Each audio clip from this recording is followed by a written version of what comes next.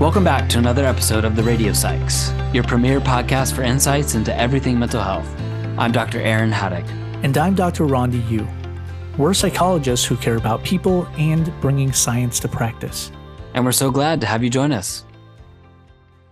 Please note that the information shared in this episode is solely intended for informational and entertainment purposes only and is not a substitute for professional medical or mental health advice, diagnosis, or treatment.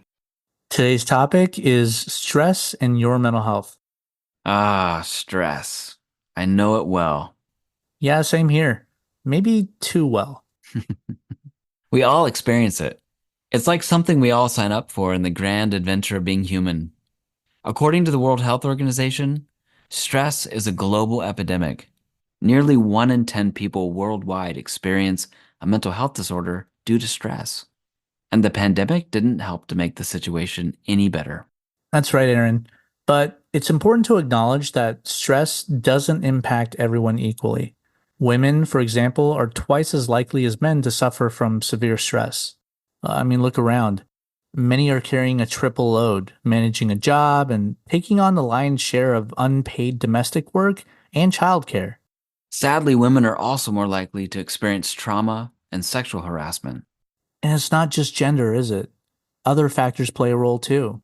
Absolutely. Take income level, for example. Those in lower income brackets often deal with stress from limited resources and less power to change their circumstances. These are reminders of the broader societal issues we need to address. But for today, let's focus on what any of us can do to manage stress. Right. Now, before we even begin to talk about what we can do to manage it, let's start off with some clarification of what it is that we're dealing with.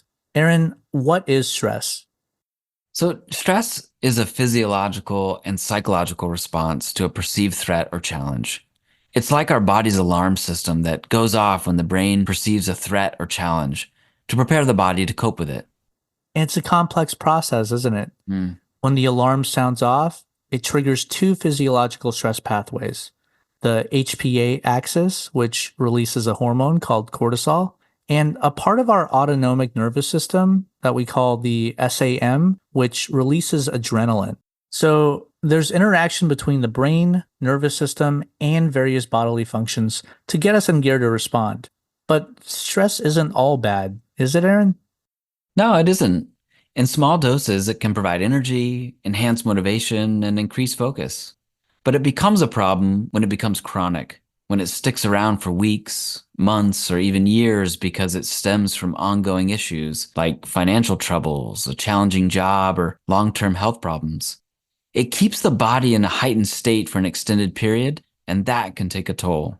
It can disrupt almost every system in the body, leading to both physical and mental health challenges. And the research is clear. Chronic stress can be very damaging to our mental health. For example, studies suggest that children exposed to chronic stressors like discrimination, abusive parenting, or food and housing insecurity are at a higher risk of developing mental health conditions later in life. The relationship between stress and depression is also well established. Research also shows that it impacts our cognitive performance. Chronic stress has been linked to memory loss, difficulties in concentration, and even a distorted perception of time. So, Rondi, what can we do to manage stress?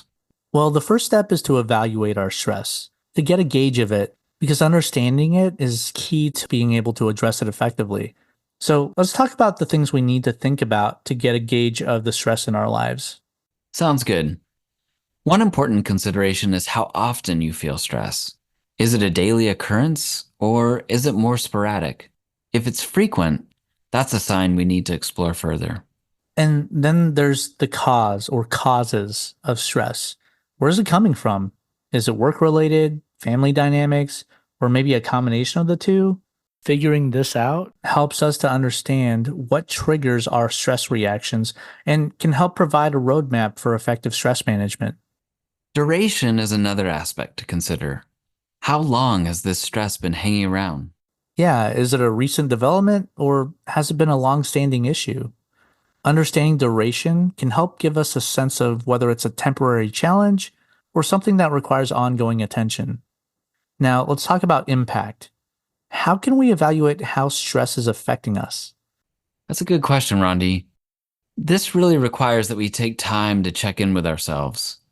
Is the stress negatively affecting your sleep, your relationships, or just your overall well being? We need to recognize how stress impacts us so that we can see the areas of our lives that may need extra care and attention, which can then guide us toward actions to better cope with it.